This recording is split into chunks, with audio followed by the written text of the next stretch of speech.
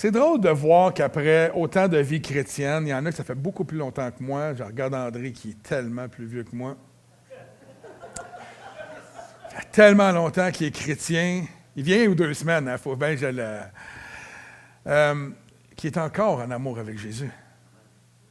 Je regarde chacun d'entre vous et je sais que vous êtes en amour avec Jésus. Et c'est merveilleux. C'est merveilleux. Après, depuis 1989 que je suis au Seigneur, je suis encore en amour avec Jésus. Pourquoi? Pourquoi on est encore en amour avec Jésus après toutes ces années de vie chrétienne où il y a eu souvent beaucoup de bas, il y a eu beaucoup de hauts, il y a eu beaucoup de moments de difficulté, de souffrance, et il y a toutes sortes d'épreuves qui nous arrivent. Pourquoi on est encore en amour avec Jésus? Amen. Il a promis d'être toujours avec nous. Parce qu'il est vivant. Ce n'est pas une religion. Amen. On sert un Dieu vivant, qui nous aime tellement qu'à tous les jours, il nous manifeste de l'affection, de l'amour. Il est là avec nous, il prend soin de nous, peu importe les circonstances. C'est pour ça que je suis content. C'est pour ça que je suis heureux. C'est pour ça que j'aime encore mon Jésus. C'est pour ça que j'aime encore mon épouse, parce qu'elle m'aime encore. Même après 30 quelques années de mariage, elle m'aime encore. Hein, chérie? OK. Ça, c'est comme tous les vieux couples, hein? On n'a même plus besoin de parler, on se regarde puis on comprend. Hein? Vous êtes d'accord? Jésus est bon, frères et sœurs. Il est bon encore. Il est encore avec nous. Il nous protège encore. Il veut nous faire avancer. Il veut que nous soyons victorieux. Il ne veut pas qu'on marche sous aucun esclavage. Il nous veut victorieux comme lui, il est. Nous sommes fils et filles de Dieu. Donc, nous sommes rendus à notre 4e message sur la série. Hein? Goliath doit mourir. Êtes-vous d'accord avec moi? Si vous connaissez quelqu'un qui s'appelle Goliath, c'est pas au sens tangible. C'est une expression. Amen.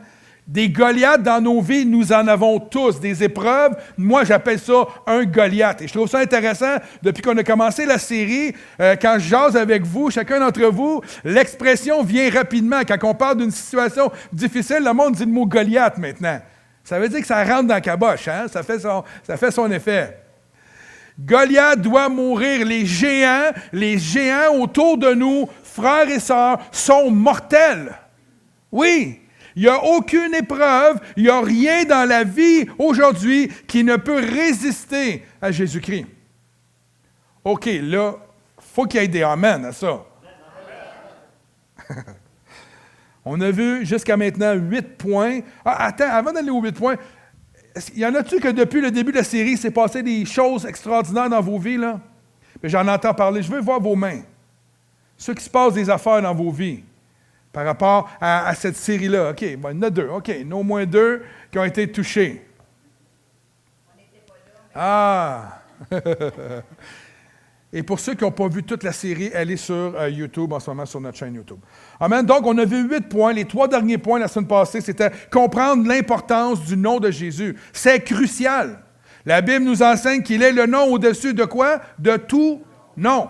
Toute situation, tout Goliath, toute épreuve a un nom. Donc, si tout a un nom et que Jésus est au-dessus de tout nom, que tout lui est soumis, qu'est-ce que ça veut dire? Rien ne peut résister à Jésus. Tout est soumis à Jésus. Donc, toute situation qui nous arrive dans nos vies est soumise à l'Esprit de Christ qui est en nous. Amen? Donc, nous sommes victorieux. L'option charnelle ou spirituelle, je pourrais revenir là-dessus, mais on comprend la dimension de marcher par la chair ou marcher par l'Esprit. Et le 8e point qu'on avait vu, c'est « Mais vous, qui êtes-vous? » Hein? On voyait un démon demander hein, « Qui êtes-vous? Je ne vous connais pas. Je connais Jésus, je connais Paul, mais vous, qui êtes-vous? » Et c'est pour ça tantôt que je disais que lorsqu'on va dans la prière, lorsqu'on on est dans la prière, dans la parole et qu'on élève dans les lieux célestes, dans la puissance de la prière, l'ennemi vient qu'à nous connaître. Puis il sait très bien qui nous habite. Et à partir de ce moment-là, l'ennemi tremble devant nous aussi. Pas moi, Normand, mais devant celui qui me fortifie, devant celui qui habite en moi. Amen. Et ce qui est intéressant avec cette série, c'est que le Saint-Esprit nous conduit à réaliser que les Goliaths peuvent être vaincus. Et non seulement ils peuvent être vaincus, mais ils sont déjà vaincus. Amen. Que nous avons toute autorité, toute force, tout courage, toute puissance par celui qui nous fortifie. Amen. Donc, ça, on trouve ça, ce texte-là, dans Éphésiens. Vous connaissez le texte qui dit que tout lui est soumis, etc., etc. Par contre, je vais aller dans un texte ce matin qui m'intéresse en introduction au message, dans Colossiens 2, à partir du verset 6 au verset 15, qui dit ceci. Et en principe, ce texte-là devrait tellement nous encourager à ne plus nous apitoyer, à ne plus voir l'ennemi comme étant quelqu'un d'invincible. Amen. Colossiens 2 dit ceci. Ainsi donc, comme vous avez reçu le Seigneur Jésus-Christ, marchez en lui. Je trouve ça intéressant ici. Pas marcher par lui, marcher. Es-tu là? Tu l'as-tu?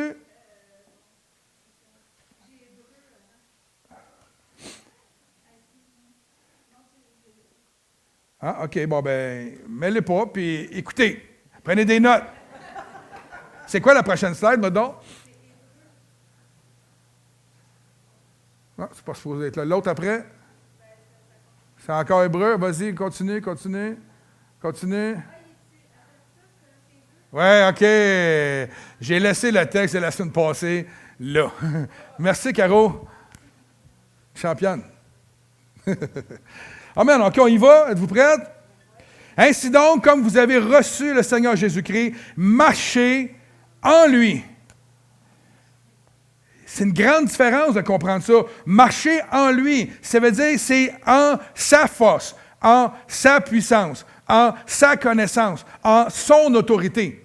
On ne marche pas par lui comme si on prenait Jésus sur nos épaules. On est en lui. Ça veut dire que ce n'est pas quelque chose, Jésus, ce n'est pas un à côté, ce n'est pas un outil de travail. Nous sommes en lui. Hein, le Père dit, le Père est dans le Fils est dans le Père, et vous êtes aussi dans le Fils et dans le Père. Donc, on est en lui, on est caché en Jésus-Christ. Il est notre identité. Ça veut dire mon prénom à moi. Ce n'est pas Normand Joseph, comme on voyait dans nos baptistères à l'époque. C'est Jésus Normand. Je l'aime, celle-là, moi, non? Jésus Normand. Mon identité n'est plus Normand uniquement. J'ai une identité personnelle en lui, mais il est mon identité. Donc, je dois marcher en lui, étant enraciné et fondé en lui. Et affermi par la foi, d'après quoi les instructions qui nous ont été données et abondées en action de grâce. Prenez garde que personne, et ça c'est ce qui nous arrive régulièrement dans ce monde, prenez garde que personne ne fasse de vous sa proie. Ça ne dit pas ici son ami. On est une proie aux yeux de l'ennemi. Hein? On est des petits moutons. Et on a besoin de bergers. Et l'ennemi, c'est un loup. Nous sommes une proie. Et il le sait. Et il essaie de venir nous faire la vie dure. Il veut qu'on se sente comme une proie. Il veut qu'on se sente traqué. Il veut qu'on se sente qu'on ait peur, qu'on ait de la crainte. Mais on peut changer cette mentalité-là. Et c'est le but. Écoutez ça. Que personne ne fasse de vous sa proie par la philosophie et par une vaine tromperie. C'est exactement ce que l'ennemi essaie de faire maintenant. Il ne vient pas ici au Québec, en Amérique, en tout cas, nous persécuter à mort. Il vient par toutes sortes de philosophies trompeurs. Il vient par toutes sortes de pensées. L'ennemi, on dirait qu'il essaie d'arriver avec toutes sortes de pensées en disant qu'à long terme, ça va finir par passer. C'est ça qui fait l'ennemi. Je travaillais dans une école, dans un bureau administratif d'une commission scolaire j'ai fait ça pendant 11 ans, il y a 20 ans de ça. Et déjà, ils avaient commencé à l'époque à changer la mentalité concernant les genres, l'identité. Les dictées à l'école avaient commencé à changer. C'était plus comme on voyait à l'époque, Marie et Joseph se tenant par la main, gambadaient dans les grands prés. Ils commençaient déjà à mettre Paul et Jacques. Là, ils commençaient tranquillement. C'est comme si l'ennemi, il pense que tranquillement, en mettant des choses, il va finir par nous habituer. Et vous savez quoi? Ça marche des fois. Ça marche. Même dans l'Église de Jésus-Christ, des fois, la pensée est mondaine. Je me souviens quand tu m'as dit l'autre fois, Roland, tu m'as dit, dernièrement, il y a des choses, quand j'écoutais un message, il y a des petites choses dans ma vie, je me dis, c'est pas bien grave. Et là, le matin où ce que tu as prêché, ça m'a impacté au point que j'ai dû dire, non, c'est pas grave, mais je dois me tenir pour Jésus. Et c'est comme ça que l'ennemi aime entrer dans nos têtes par des choses qui ne sont pas si graves que ça. Mais c'est 1, 2, 3. C'est comme un casse-tête que lui est en train de mettre en place afin que notre pensée générale soit transformée.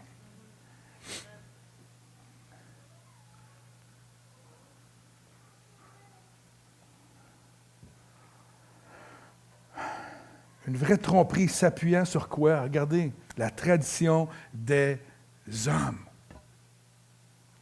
Sur les rudiments du monde et non sur Christ. Car en lui habite corporellement, en Jésus-Christ, toute la plénitude de la divinité, de sa puissance, de sa divinité. Jésus, vous avez tout pleinement en lui. Il ne dit pas ici, vous avez partiellement, puis un jour vous allez avoir tout. Vous avez tout pleinement en lui, tout est là, qui est le chef de toute domination et de toute autorité. Et c'est en lui que vous avez été circoncis d'une circoncision que la main n'a pas faite, mais de la circoncision de Christ, de Jésus lui-même, qui consiste dans le dépouillement de quoi? Du corps de la chair. Le dépouillement, cela veut dire que nous devons nous dépouiller de ce corps, de cette chair-là, des habitudes mondaines de ce monde. C'est pas facile. Ce n'est pas évident. Au verset 12, ayant été ensevelis avec lui par le baptême, vous êtes aussi ressuscités en lui, avec lui. Amen. Par la foi en la puissance de Dieu, qui l'a ressuscité, des morts. Vous qui étiez morts par vos offenses et par l'incirconcision de votre chair, il vous a rendu à la vie. Avec lui. Il vous a rendu à la vie avec lui en nous faisant grâce pour toutes nos offenses. Toutes nos offenses ont passé dans le filtre de sa grâce et de son amour pour que nous soyons plus vus aujourd'hui comme étant des pécheurs. Amen.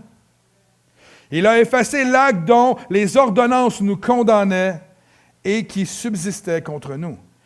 Et il a détruit en le clouant à la croix. Il a dépouillé les dominations et les autorités et les a livrées publiquement en spectacle en triomphant d'elles par la croix. Ouh, j'aime ça. Hier soir, pendant que je relisais mes notes, il y a une pensée qui est venue suite à ce bout de texte-là. Je l'ai écrit comme ça. Nous pourrions également dire... Il a dépouillé les dominations et les autorités et les livre publiquement en spectacle, encore aujourd'hui, par nos vies transformées. Nous sommes plus que vainqueurs en lui et portons en nous la gloire de Dieu par nos vies consacrées, transformées par la puissance de la croix et du Saint-Esprit qui vit en nous. Amen et amen. Tous les jours, lorsque nous marchons dans ce monde, nous portons la marque de Christ, la marque de la croix, la marque de la victoire, la marque puissante de Dieu dans ce monde. Nous marchons dans ce monde comme des témoins vivants de Jésus-Christ.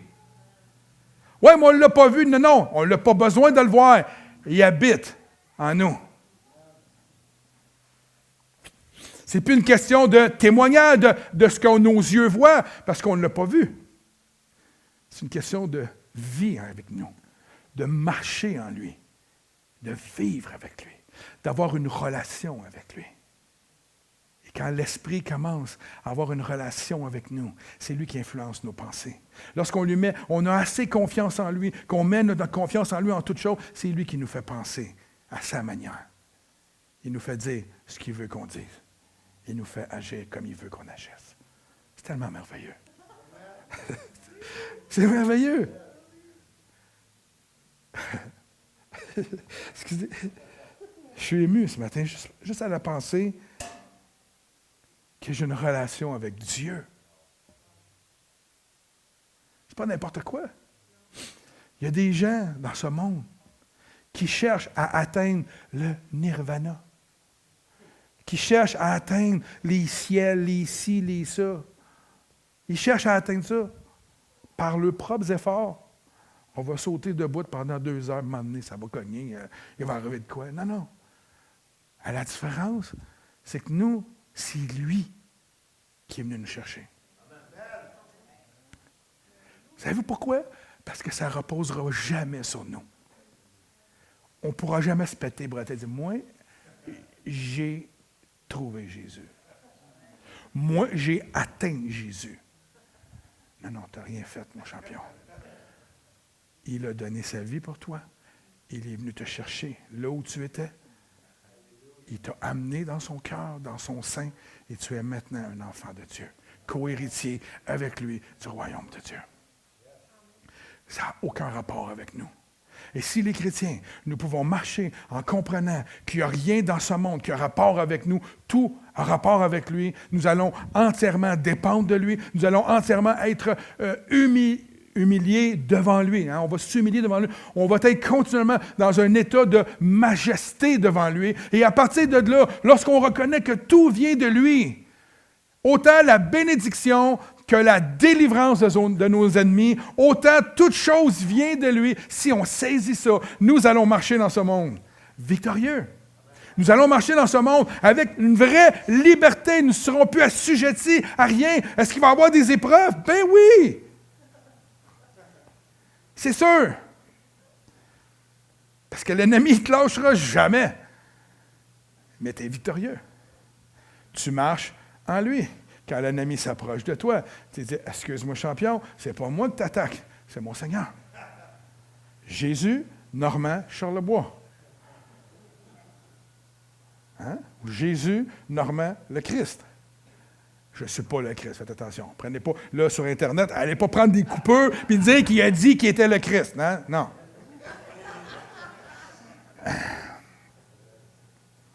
Par l'histoire incroyable de David face à Goliath, nous pouvons réaliser que ses actions, ses paroles, son attitude est toute reliée à sa foi en son Dieu, en l'Éternel.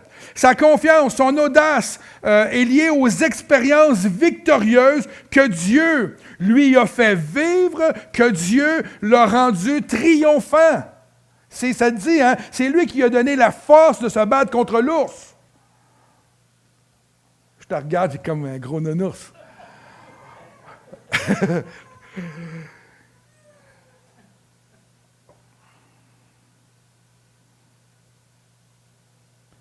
Alors, peu importe la grandeur, la grosseur, l'air méchant, arrogant, les menaces et les grimaces de son adversaire, sa confiance n'était pas ébranlée parce qu'il connaissait son Dieu.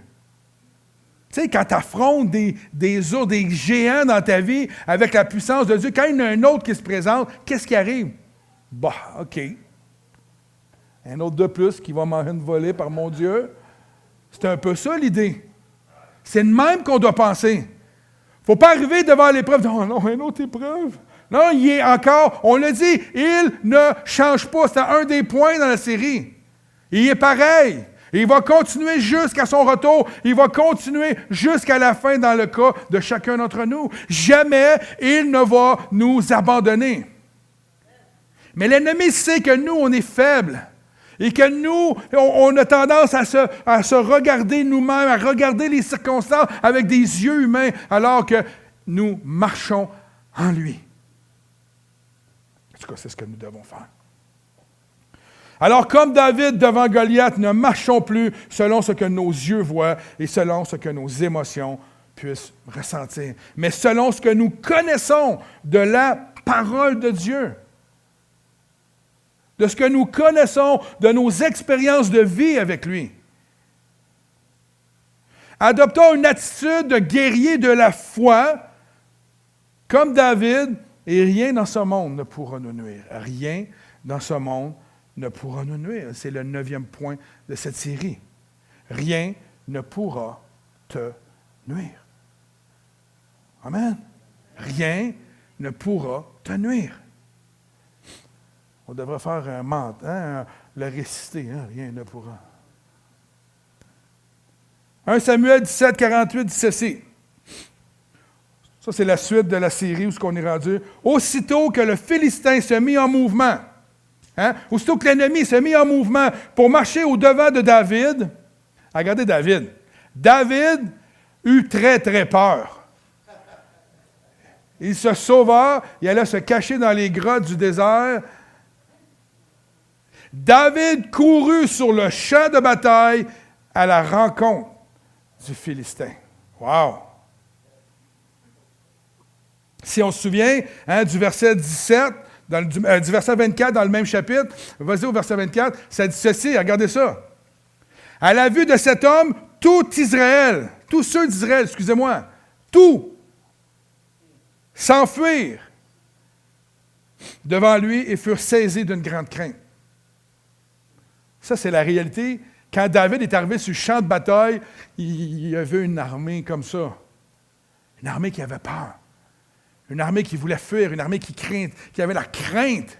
Et lui, il arrive là, puis il se dit, voyons, vous êtes l'armée de l'Éternel. Comment ça, vous avez peur? Il n'est pas meilleur que les autres, mais lui, il avait vécu des expériences qui faisaient qu'il ne pouvait plus douter de la puissance de son Dieu. Il ne pouvait plus. Vous n'avez tous vécu des expériences comme ça, vous autres aussi. OK, vous n'avez pas tué un lion ni un... Bon. Il y en a qui ont fait des poules, il y en a qui ont fait toutes sortes d'affaires. Mais vous comprenez? Son expérience a fait que quand il est arrivé, et moi ce qui m'épate, c'est que Saül a dû avoir des expériences glorieuses auparavant avec l'armée d'Israël. Ils ont vaincu des nations complètes. Puis là, il s'arrive devant lui, qu'est-ce qui est arrivé, Saül? Regardez la vie de Saül. Qu'est-ce qu'a fait Saül durant sa vie? Il s'est éloigné de son Dieu. Il a commencé à se fier à sa force, à ses capacités à lui, au point d'aller voir des voyants, des gens qui venaient pour lui dire qu'est-ce qui se passe. Ah non! Quand tu t'éloignes, quand tu marches par la chair et non par l'esprit, c'est ça qui se passe dans ta vie. Tes yeux ont plus une analyse des cieux, ils ont une analyse humaine. Et là, tu te laisses embarquer dans toutes sortes de philosophies, toutes sortes de pensées du monde, et là, tu peux faiblir devant l'ennemi. Et c'est là qu'on commence à avoir des craintes. Le verset montre d'une façon très claire à quel point les Israélites avaient peur de Goliath, car rien qu'en le voyant, ils prenaient la fuite. Et dans la vie, il y a certaines circonstances qui peuvent être comme ça dans nos vies. Un simple numéro de téléphone qui apparaît sur l'afficheur, on fait comme moi, non. Non, pas lui. Non, je ne peux pas répondre. Il y en a que c'est le banquier, quand il appelle, il fait oh, non, non. Non, non. Ça ne devrait pas,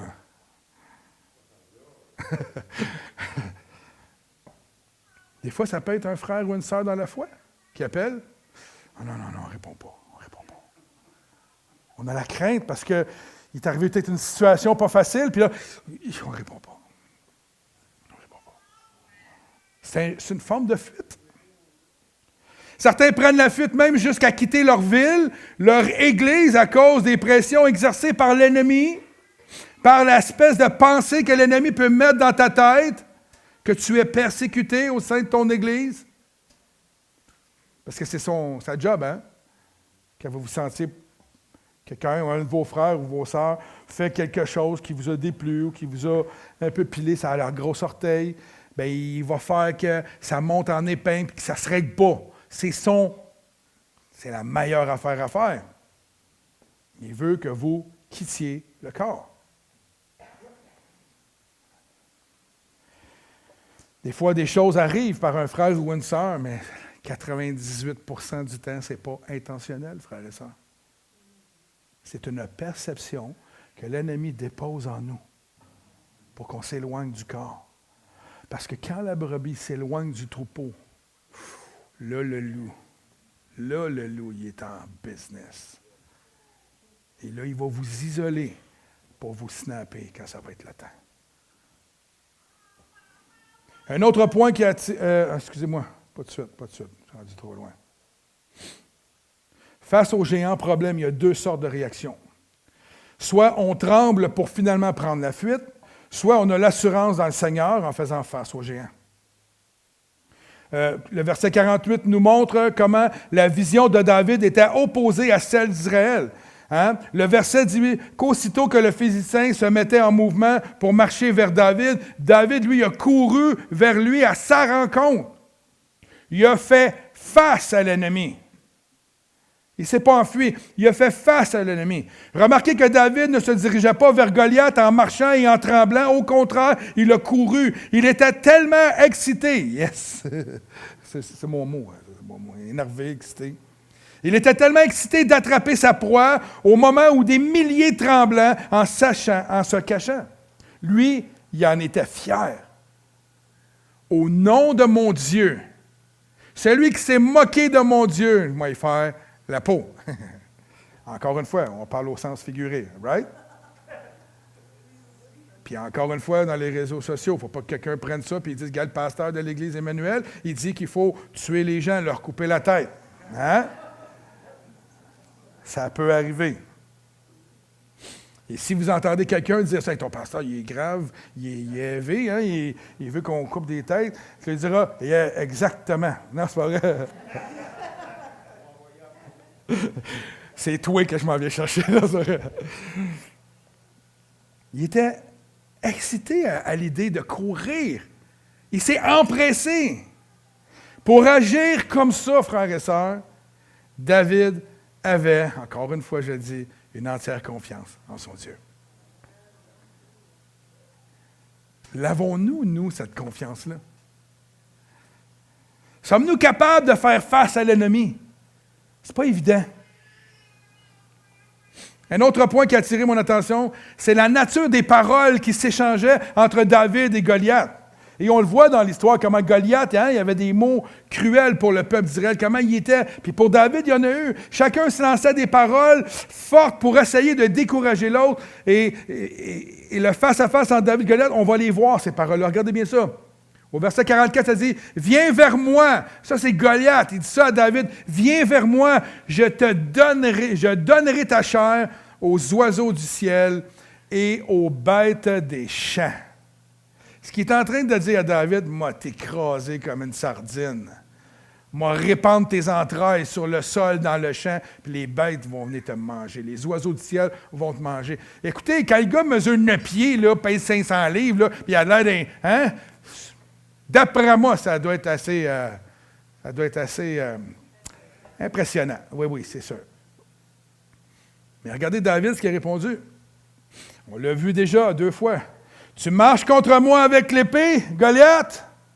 Ah, ça là. Hey, t'es pesante, hein? L'épée, Dominique, tu m'avais dit, elle pesait combien, non? Ah, tu t'es trompé dans tes calculs. Elle n'était pas si pesante que... Elle est pesante. Ah, c'était trop. Toi, c'était comme... C'était 150 livres. C'est ça le vrai poids? Non, c'est pas ça. Ah, OK, tu ne sais pas. Aux vidéos, c'est mon épouse Dominique qui parle. Elle ne sait pas. On vous reviendra avec l'information plus tard. Mais regardez ici, tu marcheras contre moi avec l'épée, avec la lance. Tu savais que c'était pesant, hein? La lance, c'était supposé être pesante. Oui, OK. Et le javelot, et moi, regardez, et moi, je marcherai contre toi au nom de l'Éternel. Des armées. Du Dieu de l'armée d'Israël. Là, je suis content. Même si ses frères pleurnichaient et qu'ils avaient peur, il les a quand même élevés dans l'armée d'Israël. Hein? Que tu as insulté. Je me suis mis une petite note ici. Écoutez bien ce que je vais vous dire. On n'est pas appelé, en tant qu'enfant de Dieu, à nous abaisser au rituel humain de ce monde. On n'est pas appelé, si quelqu'un t'insulte, à l'insulter. On n'est pas appelé, si quelqu'un te tape, à le taper. On n'est pas appelé à agir comme le monde. Nous sommes de race royale. Nous sommes enfants de Dieu. Nous sommes appelés à agir comme un enfant royal, comme un enfant de Dieu. Quelles sont les armes d'un enfant de Dieu? La parole, l'amour, le pardon, la foi, les actions de grâce. Ça, c'est tout ce qui a de l'air faible aux yeux des êtres humains. Mais ce qu'ils ne savent pas, c'est que c'est tellement puissant. Aimer ton ennemi, quand il vient qu'à l'apprendre que tu l'aimes malgré tout ce qu'il t'a fait, il se sent un petit peu mal dans ses culottes. Je vous le dis, vous n'avez jamais fait l'expérience de quelqu'un qui vous tape dessus? Priez pour lui. Invoquez la bénédiction de Dieu sur sa vie. Votre attitude va changer envers lui. Vous allez commencer à l'aimer. C'est dur au début. Ouf. Mais vous allez commencer à l'aimer. Vous allez commencer à lui pardonner, même si c'est lui qui vous a fait du mal. Vous allez vous libérer de toute pensée humaine, de toute attitude humaine. C'est pour ça que je vous dis, nous ne sommes pas appelés à nous abaisser selon les principes et les standards de ce monde. On est appelés à élever nos standards selon les standards du royaume. Il y a une grande force dans les paroles et le diable le sait très bien. Il le sait très, très, très bien. Et il utilisera même les personnes qui sont autour de toi, et certains le feront tout en croyant chercher ton bien.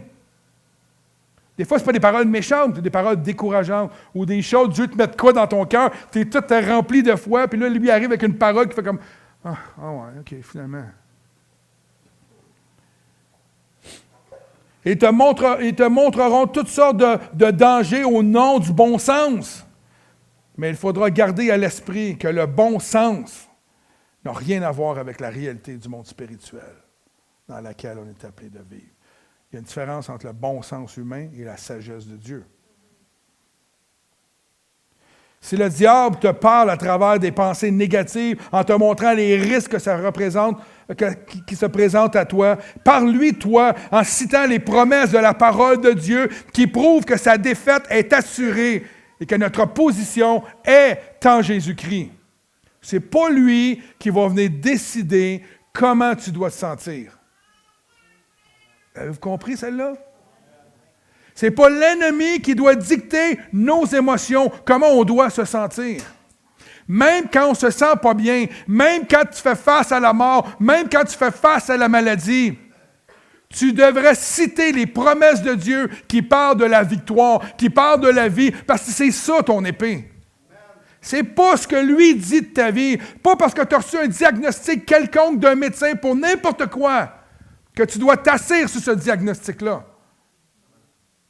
C'est un diagnostic d'une circonstance, là, en ce moment, mais tu n'es pas appelé à vivre cette circonstance-là continuellement. Tu es appelé à vaincre toute chose qui vient contre ta liberté, contre ton épanouissement, contre n'importe quoi qui t'empêche d'avancer. Puis d'être libre en Jésus-Christ. Amen.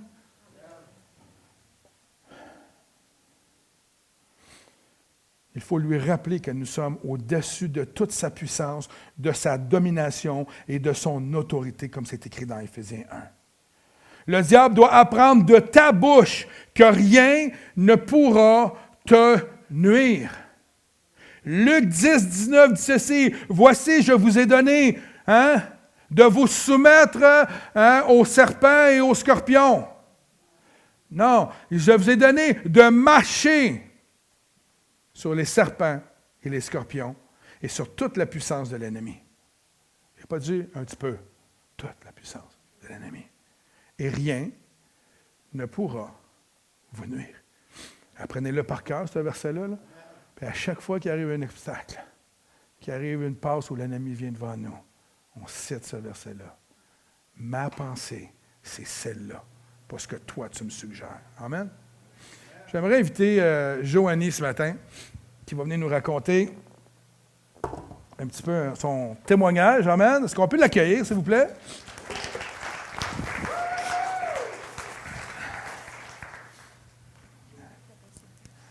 Il est pas mal au plus bas, là.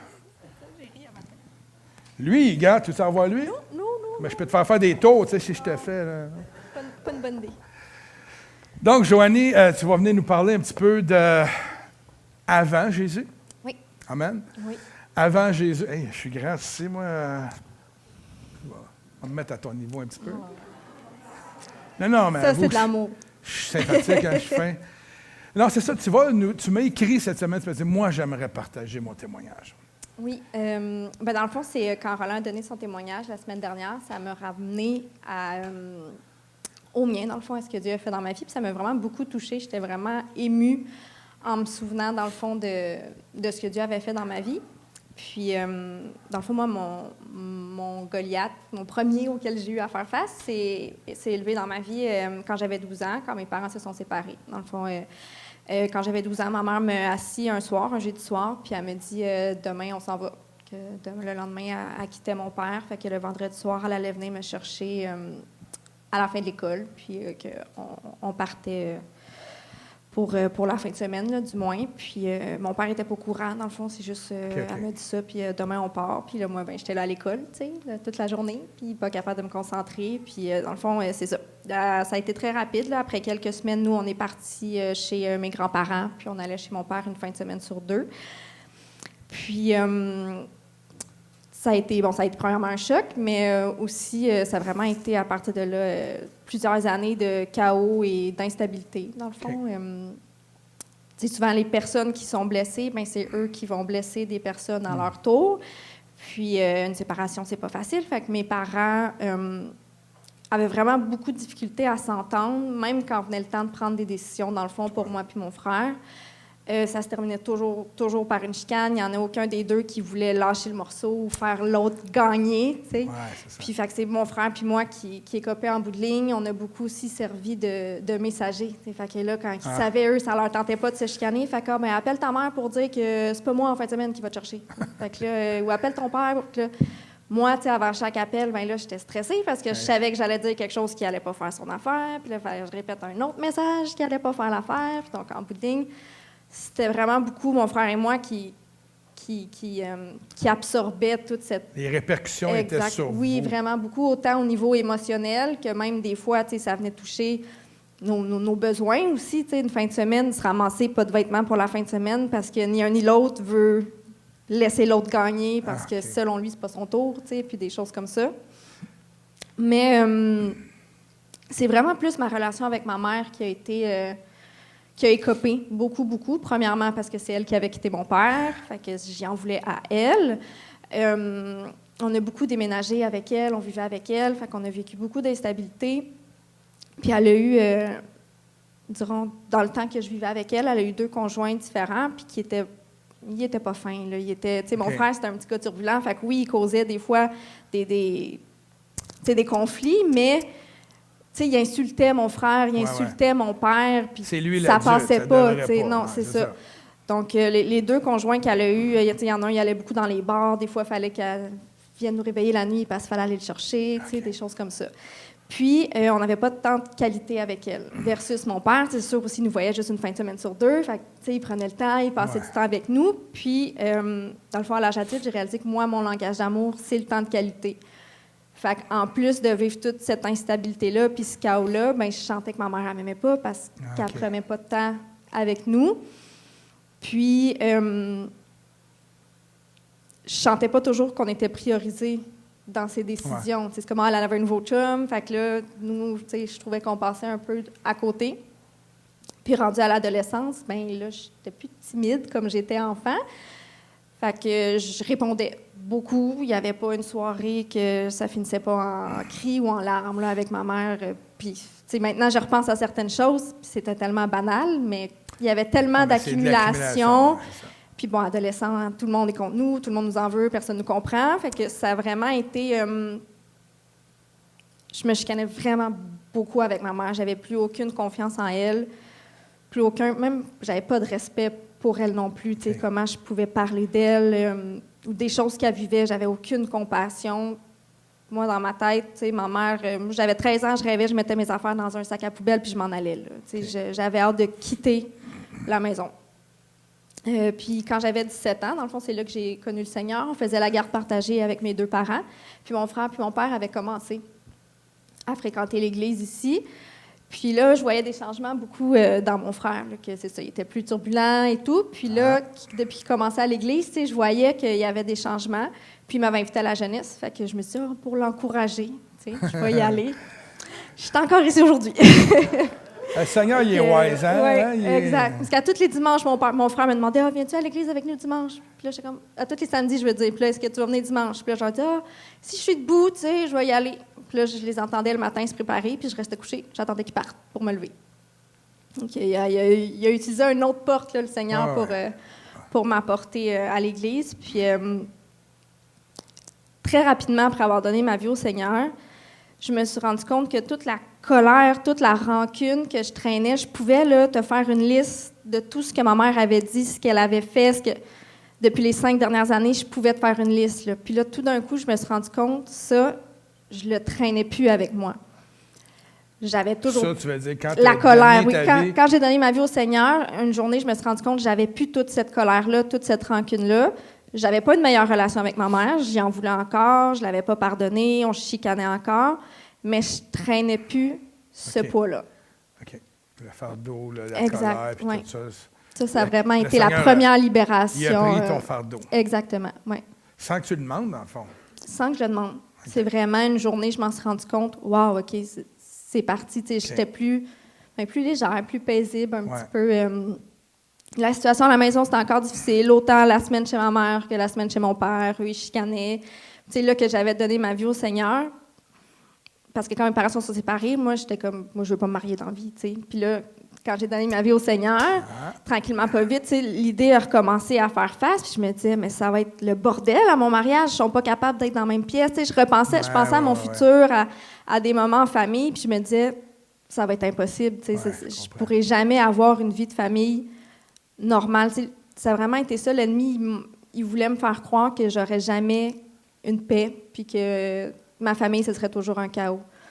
Quand est venu le temps de m'inscrire à l'université, moi, je me suis inscrite en enseignement, là, donc j'aurais pu aller étudier n'importe où, mais j'ai décidé d'aller à Québec ou à Sherbrooke, tu sais, bien loin. Tu sais, tantôt, quand tu disais, des fois, on fuit, mais puis j'en avais besoin. Il fallait que je sorte de cette situation-là, puis ça m'a permis, moi, de me construire en tant que personne en dehors de ma famille puis du chaos. Donc là, je pouvais vraiment dealer avec mes émotions parce que il n'y avait pas une situation tout de suite, une après l'autre. J'avais le temps de gérer un petit peu tout ça.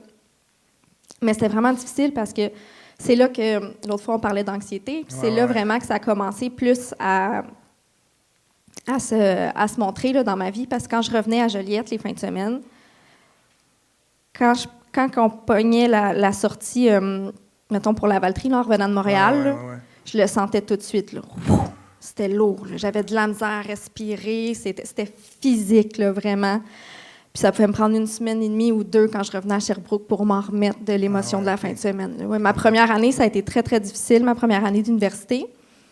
Mais ça a été une année avec Dieu incroyable. Vraiment, là, les guérisons que j'ai eues émotionnellement, c'était vraiment bien. Là. J'ai repris des forces cette année-là, particulièrement. Puis, c'est cette année-là aussi, quand je suis partie loin, que là, ma mère a commencé à vouloir s'investir dans notre relation. Okay. Mais moi, je me disais, c'est comme les autres fois, c'est passager, on va recommencer à chicaner. Pas trop d'attente, c'est ça. Non. Puis ça a été comme ça, pauvre elle, un bon 4 à 5 ans. Okay. Avant que, tu sais, je revenais les fins de semaine, puis là, elle me serrait dans ses bras, là, puis moi, j'étais comme ça, comme un bloc de glace, puis je bougeais pas. Puis ça a été vraiment long. Tu sais, elle m'appelait, puis bon, je répondais, mais moi, je l'appelais jamais. Tu sais, elle a même commencé à c'est ça, vraiment à s'investir, à m'aider financièrement, comme qu'elle pouvait financièrement pour mes études, ça me payait mes livres pour que je vienne avoir, des choses comme ça. Mais quand je parlais d'elle encore, ce que j'avais à dire, c'était pas beau. C'était pas... j'y croyais pas. Moi, je la voyais encore comme quand je vivais avec elle, puis que j'étais pas importante. Ouais.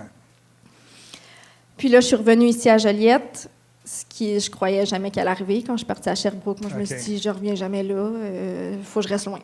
Puis finalement, 2 mois avant la fin de mon université, j'ai décidé de revenir. Puis c'est cette année-là, pas longtemps après ça, que vous êtes arrivé ici. Puis un dimanche matin, tu as prêché sur le pardon, puis tu as parlé là, du verset, je te l'ai dit l'autre jour, c'était lequel, que si on avait quelque chose contre un frère ou une sœur, de laisser notre offrande, puis d'aller régler la situation en premier. Puis moi, tout de suite, c'est la situation avec ma mère qui m'est venue, que bon, fallait que je la pardonne et tout.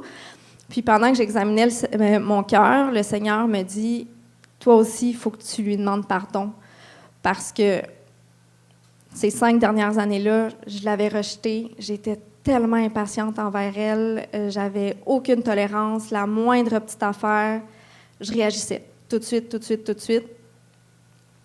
Puis, c'était l'automne, là, je m'en souviens, c'était proche de sa fête. Fait qu'à sa fête, je l'ai invitée à manger. Puis là, j'ai parlé avec elle, puis là, je suis revenue un petit peu sur la situation. Puis là, elle est devenue bien émotive parce qu'elle se sent très mal aussi beaucoup de ces années-là, tu sais.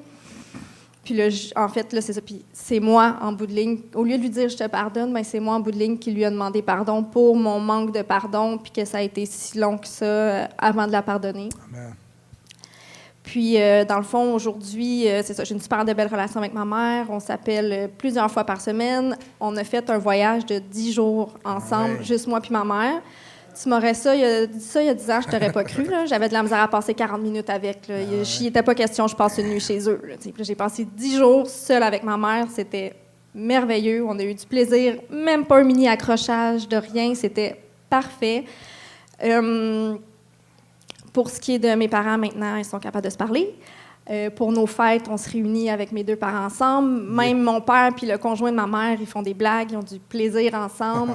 C'est vraiment... Donc, moi qui pensais que j'aurais jamais une vie de famille paisible, ben maintenant, c'est... Tu sais, mes parents sont pas plus ensemble, mais j'ai des moments de famille. Quand même, j'ai l'impression de faire quand même partie d'une famille. Ce qui, pour moi, quand mes parents se sont séparés, pour moi, une famille, c'était papa, maman, puis les enfants. Fait que moi, j'avais plus de famille. Pour moi, il n'y en avait plus.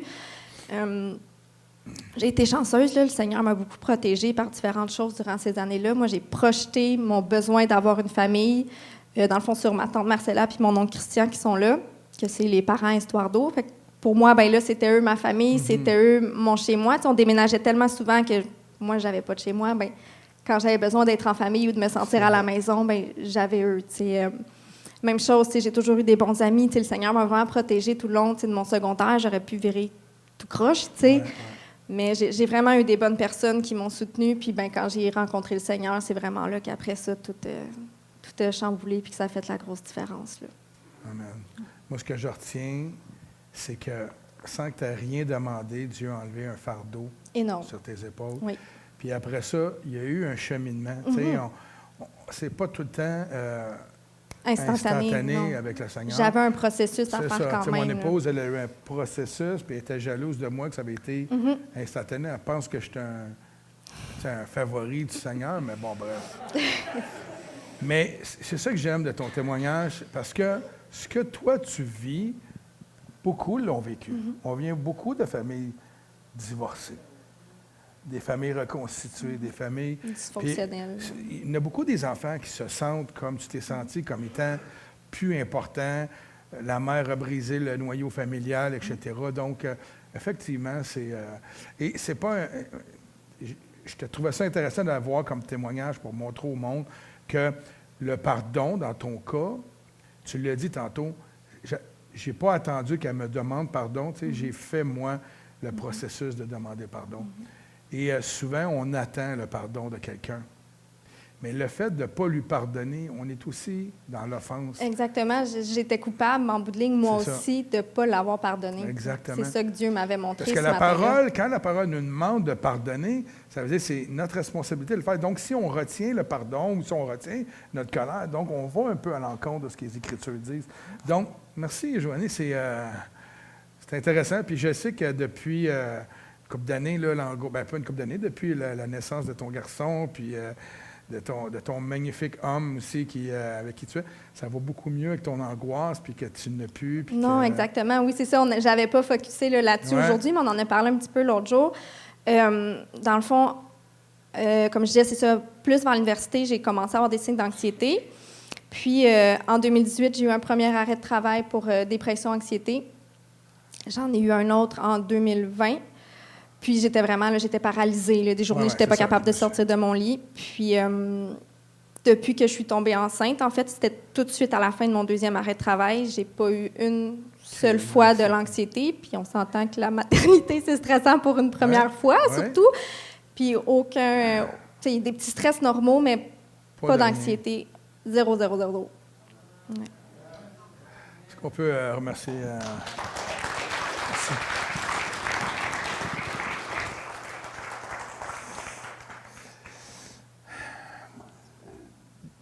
J'aime ça, moi, parce que c'est du quotidien, ce qu'on entend. C'est que chacun d'entre nous, on peut vivre une situation comme celle-là. Je vais vous encourager à... C'est ça, c'est mettre sa confiance en Dieu. C'est de pas... moi, j'aime l'idée que tu es venu à Jésus et tu as été délivré. Ça, j'aime ça. Parce que des fois, on néglige le nom puissant de Jésus-Christ. Il peut faire de grandes choses, mais en même temps, il y a aussi, des fois, il y a un cheminement qu'on doit faire pour pouvoir aller plus loin. Je vais rester ici. J'avais un autre point, mais je vais le garder pour la prochaine fois. J'aimerais demander aux musiciens de revenir ce matin. Et un peu comme j'ai dit en commençant la réunion ce matin, et puis comme on l'a vu un peu dans le message, il n'y a rien qui peut nous nuire quand notre vie, elle est centrée sur Jésus-Christ. Puis c'est important comme croyant. On va pas à l'église, on n'est pas chrétien parce qu'on va à l'église. On n'est pas chrétien, c'est pas comme ça que ça marche. On est chrétien quand on marche en lui. Quand c'est lui, notre route. Il est le chemin. Il est la vérité. Il est la vie. On doit marcher en lui. Comme ça, on ne perdra jamais notre chemin.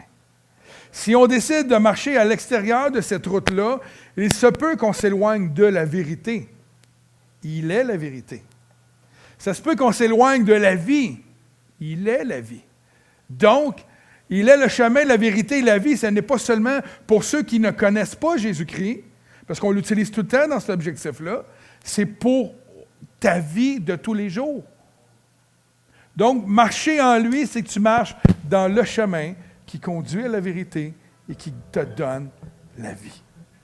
Une vie abondante, une vie sans crise d'angoisse, une vie sans peur, une vie libre de tout ce que la chair et tout ce que le monde peut te garder captif.